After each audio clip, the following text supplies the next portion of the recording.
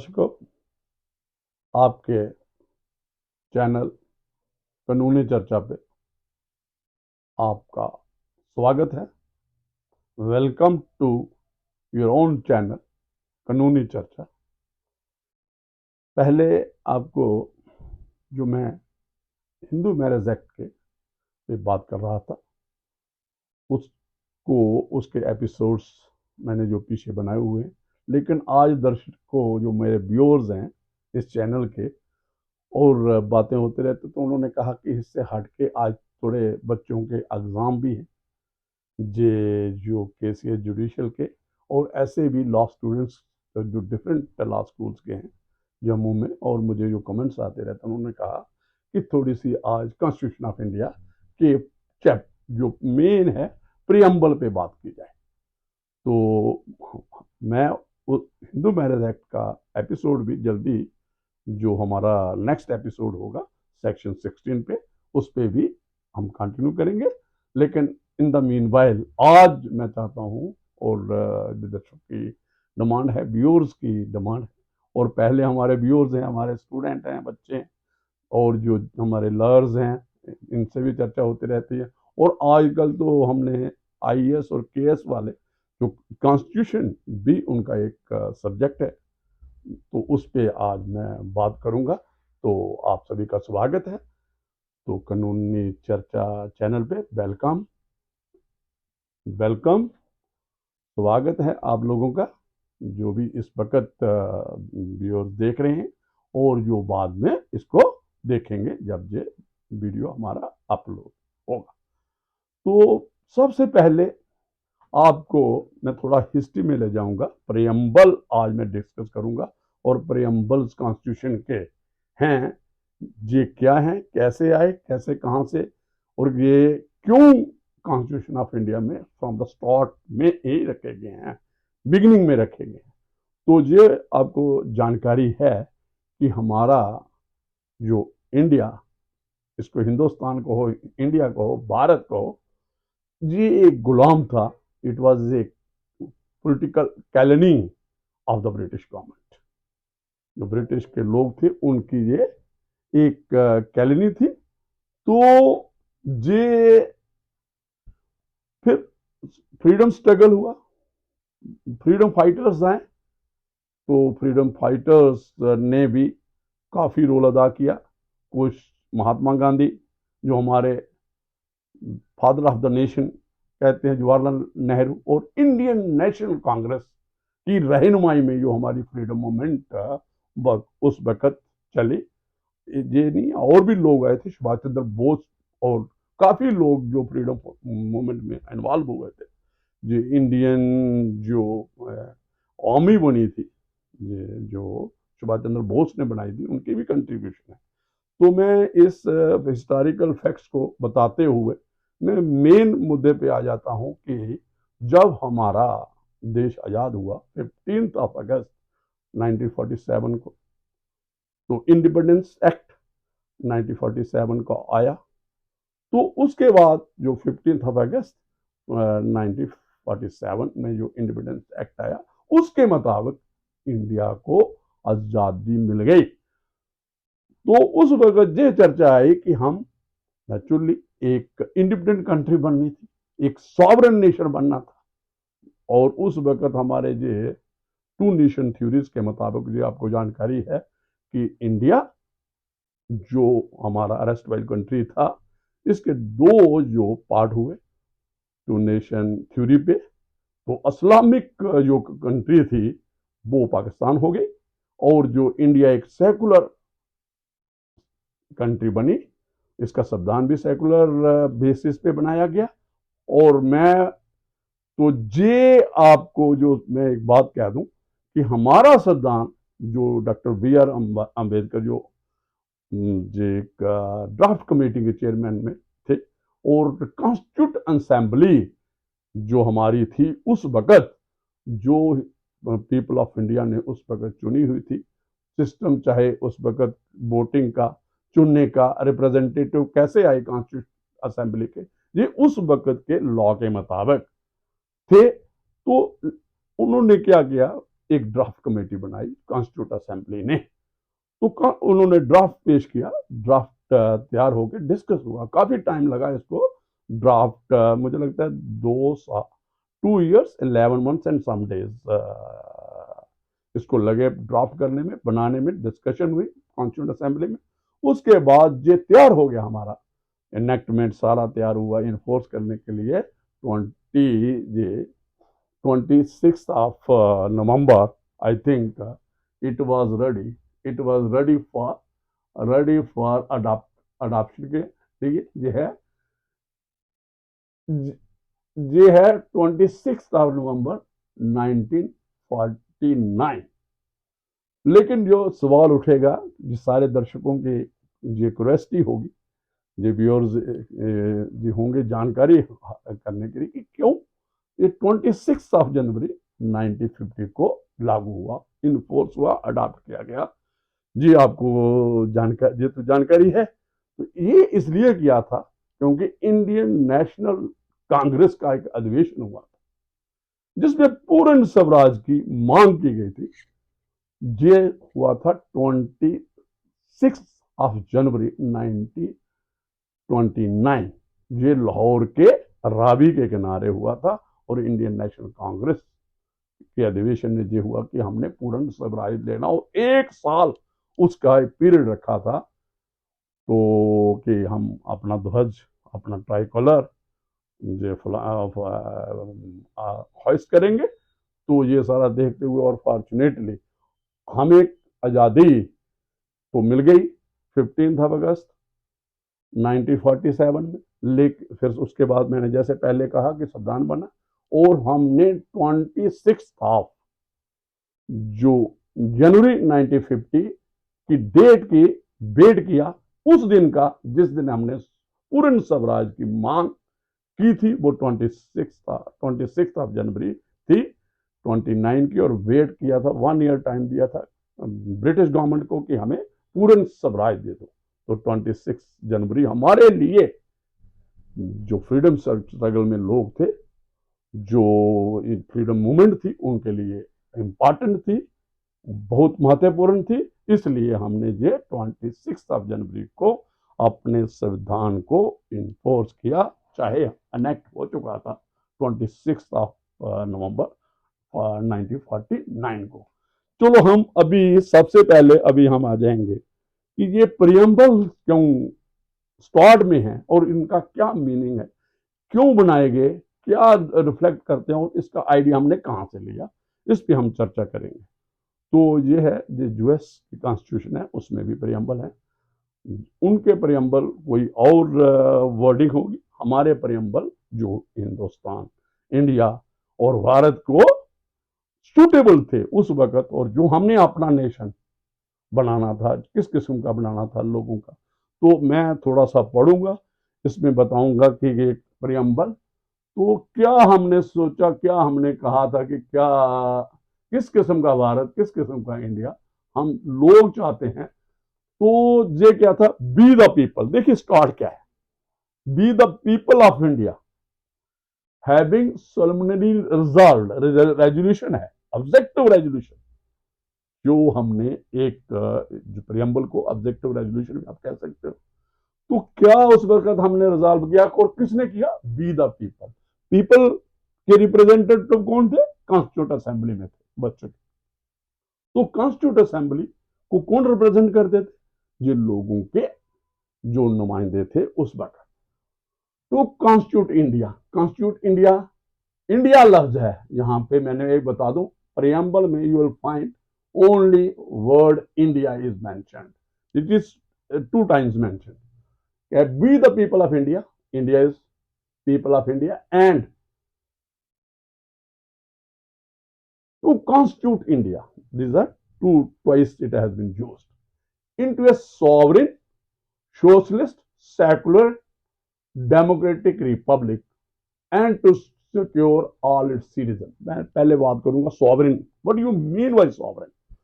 Sovereignty जो polity होती है एक कंट्री की, सॉवरेंटी है उसका अपना संविधान होगा, अपनी आर्मी होगी डिफेंस के लिए, और इंटरनल और एक्सटर्नल सिक्योरिटी उसके अपने पास हो, दोनों चीजें, और वो सॉवरेन, अंदर से भी सॉवरेन और बाहर से भी सॉवरेन। तो ये एक सॉवरेंटी की एक एक वो है कि उसकी अपनी डिफेंस फोर्सेस हैं, और वो अपनी बात खुद सोच सकते हैं, अपने लॉ बना सकते हैं, और ये तय कर सकता है कि हम किस किस्म की हमारा कानून होगा, और हम अपनी बात जो यूनाइटेड नेशन में कैसे हम रखेंगे, वहां पे हमारे एक्सटर्नल अफेयर्स कैसे किसके साथ होंगे, किस कंट्री के साथ होंगे, और इंटरनल अफेयर्स जो है, नो डाउट सॉवरेनिटी एब्सोल्यूट नहीं होगी, चाहे हमारी एक्सटर्नल है, we are guided covered by जो आपके इंटरनेशनल कन्वेंशन हैं, टीटीज हैं, जो हमारे, देखिए आपको याद है, जो आप जानते हैं या याद है आपको कि सैंक्शन लगती हैं जब कोई कंट्री कोई वायलेट करता है इंटरनेशनल जो प्रैक्टिसेस हैं, नॉर्म्स हैं, किसी भी कोई सोशियो पॉलिटिकल एंड इकोनॉमिक्स, जो और आजकल तो हेल्थ का भी आप लगा लो, आप जी हेल्थ के रिलेटेड भी, तो ये सारे इशू पे इसलिए सॉवरेंटी और इंटरनल सॉवरेंटी जो है ये गाइडेड है, ये पीपल के हक में होनी चाहिए। पीपल अगर सॉवरेन होंगे तो कंट्री भी सॉवरेन होंगे, सॉवरेन में उनको फ्रीडम होगी। पीपल अगर लोगों को फ्रीडम है बोलने की, आगे मैं वो भी आपके सामने वो भी आगे आपको, तो secular republic and to secure all its citizen, ये लफ्ज जो था सॉवरेन मैंने डिस्कस कर दिया। ये दूसरी आ गई आपकी बात सोशलिस्ट। सोशलिस्ट क्या था और सेकुलर, ये दो टर्म जो हमने, सोशलिस्ट एंड सेकुलर, ये दो टर्म्स जो थी इंक्लूड की थी 42nd amendment of the constitution, जो एक्ट आया हमारा constitution amendment act 1976, 42nd amendment के तहत ये this two words were added. तो आपका क्वेश्चन होगा कि ये उस वक्त क्यों नहीं था, क्योंकि इंडिया ने सेकुलर कंट्री, ये पाकिस्तान को तो इस्लामिक उन्होंने कंट्री माना और वहां के लोगों ने अडॉप्ट किया, तो हमने तो सेकुलर का सेकुलर वर्ड क्यों नहीं था उस वक्त, ये भी बात हुई थी डॉक्टर अंबेडकर जो उस वक्त ड्राफ्टिंग कमेटी में और डिफरेंट लोगों ने कॉन्स्टिट्यूंट असेंबली में इस बात की तो उस वक्त क्या था, मैं ये आपको सेकुलर और सोशलिस्ट की बात कर दूं, तो उस वक्त जो था, जो इंडिया जो था, कुछ यूएस में कैपिटलिज्म था, यूरोपियन कंट्रीज में आपको कैपिटलिज्म की परिभाषा थी उस वक्त, और जो दूसरा था सोशलिज्म, जे यूएसएसआर का था। तो हम नहीं चाहते थे कि ये, लेकिन हमारा जो आप प्रोविजन पढ़ना, सारे जो कॉन्स्टिट्यूशन ऑफ इंडिया में, जहां दूसरे हमारे जो पार्लियामेंट के एक्ट्स हैं जो भी हैं, वो सारे ये बात करते हैं, और हमने जो इकॉनमी अडॉप्ट की थी वो मिक्स इकॉनमी थी, सोशलिस्ट, और इसमें सारी एक सोशलिस्ट ही करेक्टर हमारा इंडिया का था, इसकी पॉलिटिक का था। तो लेकिन ये लफ्ज उस वक्त कुछ कारण थे, इस वक्त हमने सोशलिस्ट और सेकुलर वर्ड नहीं ऐड किया। सेकुलर अगर इसका डिक्शनरी मीनिंग आप देखेंगे सेकुलर, तो ये लगता है कि अपने जो इसके डिफरेंट तरीके से डिफरेंट लोग मीनिंग इसके सेकुलर के निकालते, कुछ कहते हैं कि कंट्री का अपना कोई धर्म नहीं है, मीन के जो इंडिया है as a government of India, इसका अपना कोई धर्म नहीं है, लेकिन साइमल्टेनियसली ये सभी धर्मों का आदर भी करता है, जो हमने इंडिया का जो सेकुलर करेक्टर जो हमने अडॉप्ट किया है, हर धर्म को, हर रिलीजन को, आगे हम ये आपको सारा मिल जाएगा आपको, ये हमारे फंडामेंटल राइट्स, ये कि हमने, हमारा इंडिया कैसा है, ये जो इसका सेकुलरिज्म कैसा है, ये आपको फंडामेंटल राइट्स हमने प्रिजर्व किए हैं, हर हर एक को। ये देखिए आपका आर्टिकल 25, 26 आएगा, हर एक 20 5 में है freedom of conscience and free profession practice and propagation of religion. जे हर एक आदमी को जे अपना रिलीजन का प्रोपोगेशन कर सकता है और फिर अडॉप्ट कर सकता है, रिलीजियस प्रैक्टिस कर सकता है। और इतना तक है, आगे जो सेक्शंस हैं, ये freedom to manage religious affairs, ये भी 26 है जिस आर्टिकल जो है कॉन्स्टिट्यूशन का।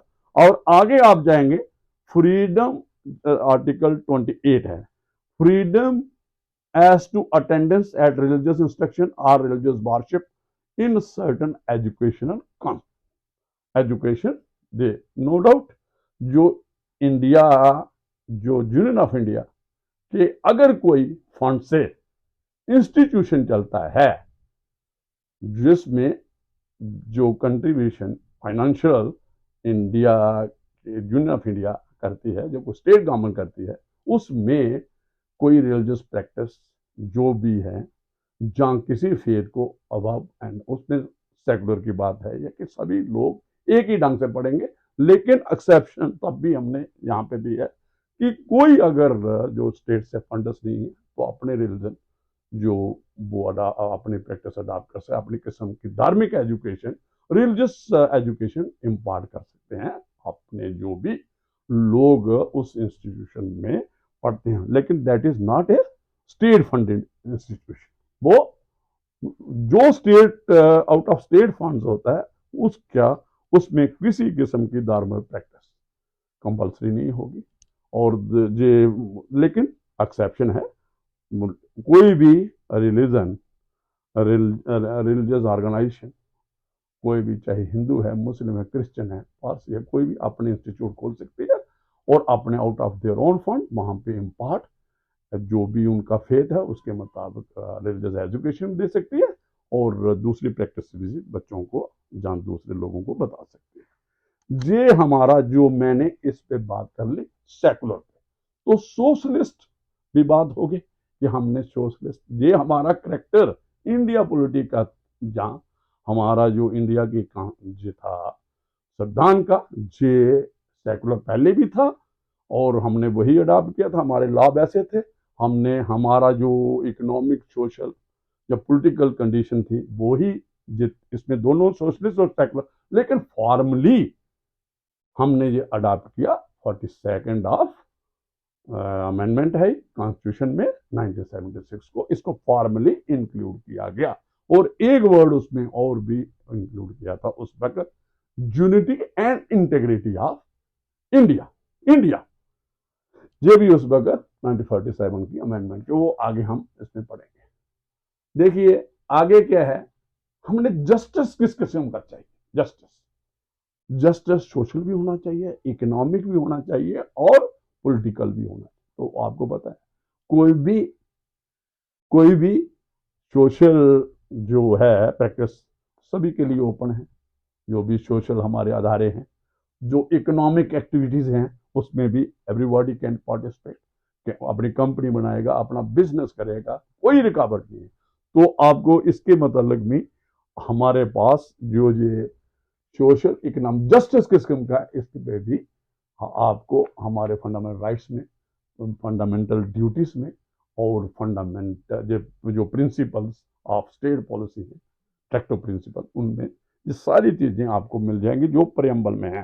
नो डाउट ये आपको मैं ये दोबारा इनलाइटन कर दूंगा, ये जो प्रेम्बल में चीजें हैं इनफोर्सेबल नहीं है, इसमें by law courts, mean supreme court of India, high court cannot, nobody, no citizen or anybody can approach the Supreme Court of India or High Court for enforcement of the rights, the reference made in the preambles. But the fundamental duties are here. This principles of state policy is, you will find all the things, and your fundamental rights, you will find the similar that I have referred earlier. This now social, everybody should be, society एक independent, एक जैसी equally based society होना चाहिए। हर किस्म का, हर एक को आगे बढ़ने का अधिकार है। तो ये, और चाहे वो सोशली है, इकोनॉमिकली है, एंड नो डिस्क्रिशन, डिस्क्रिशन, कोई भी किस्म की डिस्क्रिमिनेशन नहीं होना चाहिए। ये जो एक जस्टिस हम इस किस्म का चाहते हैं, सोशल भी उसमें सोशियो करेक्टरिस्टिक भी हो, और इकोनॉमिक इंडिपेंडेंस हो, और पॉलिटिकल मीन के जब हम एक जैसे पंचायत की इलेक्शंस हैं, अर्बन बॉडीज की इलेक्शंस हैं, दिस लेजिस्लेटिव असेंबलीज की इलेक्शन है, हमारे पार्लियामेंट की इलेक्शन है, जहां कोई और किस्म की जो पॉलिटिकल पार्टिसिपेशन है, इसमें हर एक आदमी को अधिकार है पार्टिसिपेशन का। और उस इसी के लिए कि जस्टिस तभी होगा जब इन तीनों मुद्दों पे हर एक को इक्वली ट्रीट किया जाएगा, हर एक की राय ली जाएगी, हर एक को बढ़ने पलने फूलने का अधिकार होगा। ये आ गया liberty of thought, expression, belief, faith and worship. मैंने ये पहले किया कि हर एक आदमी को ये जो थॉट का, जैसे आर्टिकल 19 है, तो उसमें आपको थॉट अपनी ये आ गया एक्सप्रेशन, फ्रीडम ऑफ स्पीच, आप कुछ भी अपनी थॉट्स एक्सप्रेस कर सकते हैं।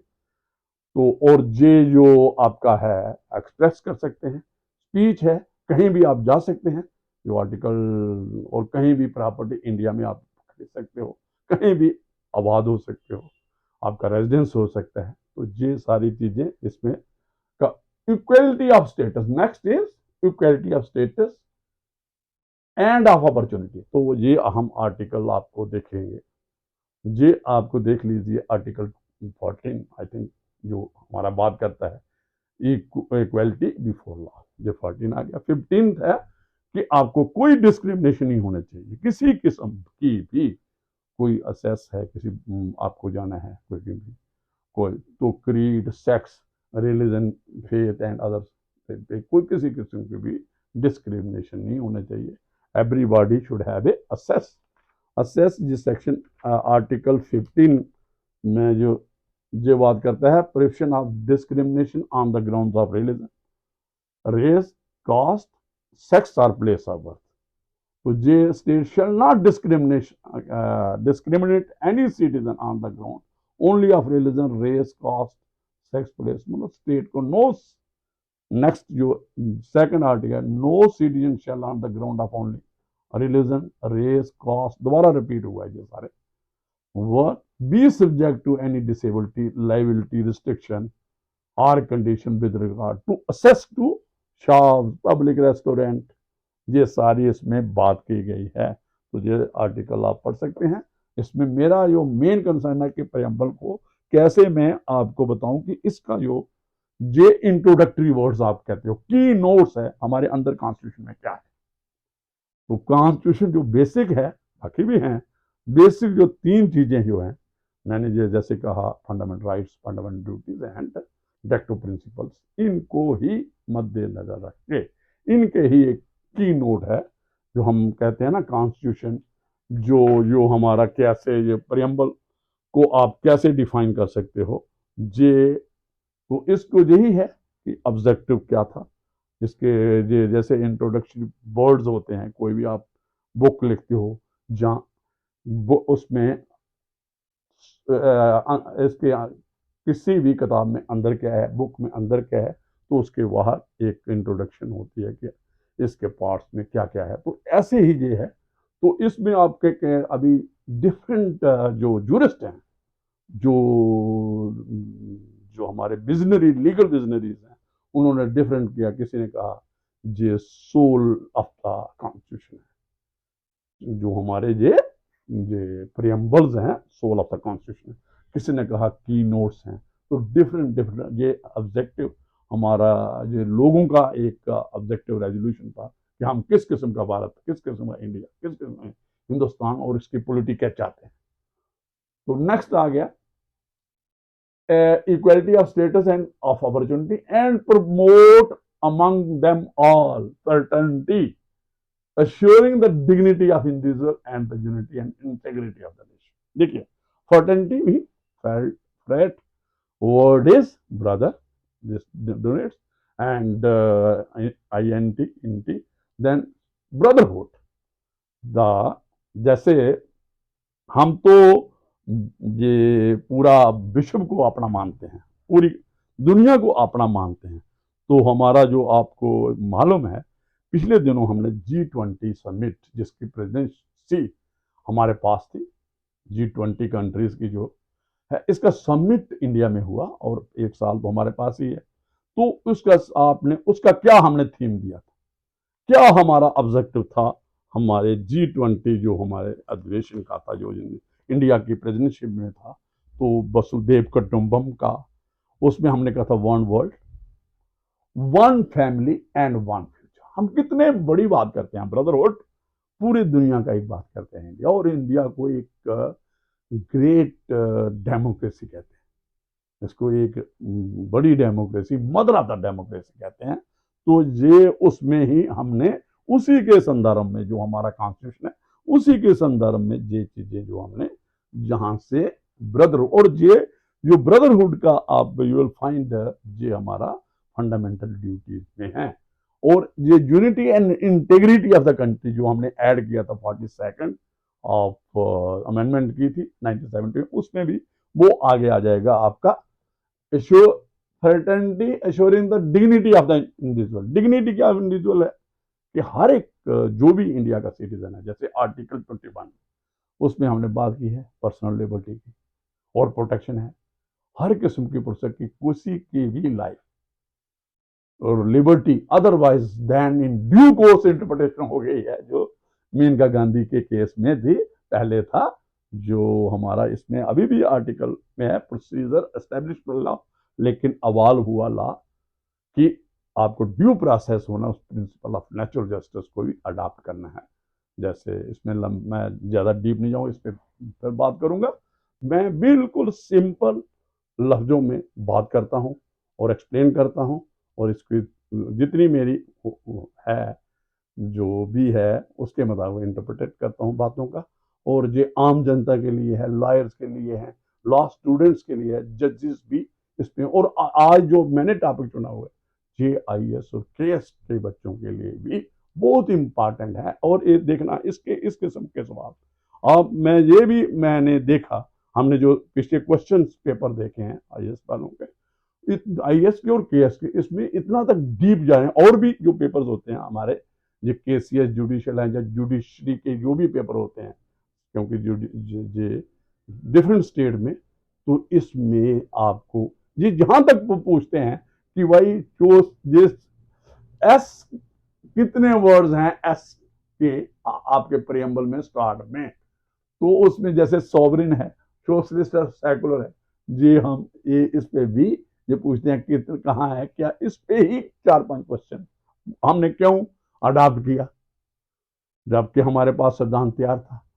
और जो अनफोर्स हो सकता था। तो हमने 26 जनवरी 1950 को क्यों अडॉप्ट किया, ये क्वेश्चन जुडिशियल सर्विस में भी आ सकते हैं, और ये सिविल सर्विस के में जो एग्जामिनेशन है मेन और प्रिलिमिनर, और जुडिशियल एस्पायरेंट्स के लिए और सिविल एस्पायरेंट्स के सर्विसेज के एस्पायरेंट्स के लिए बहुत इंपॉर्टेंट जो आज मैंने बात की है, और आम लोगों के लिए भी ये इंपॉर्टेंट मुद्दा मैंने आज चुना था। तो धन्यवाद। तो नेक्स्ट एपिसोड तक इजाज़त दीजिए।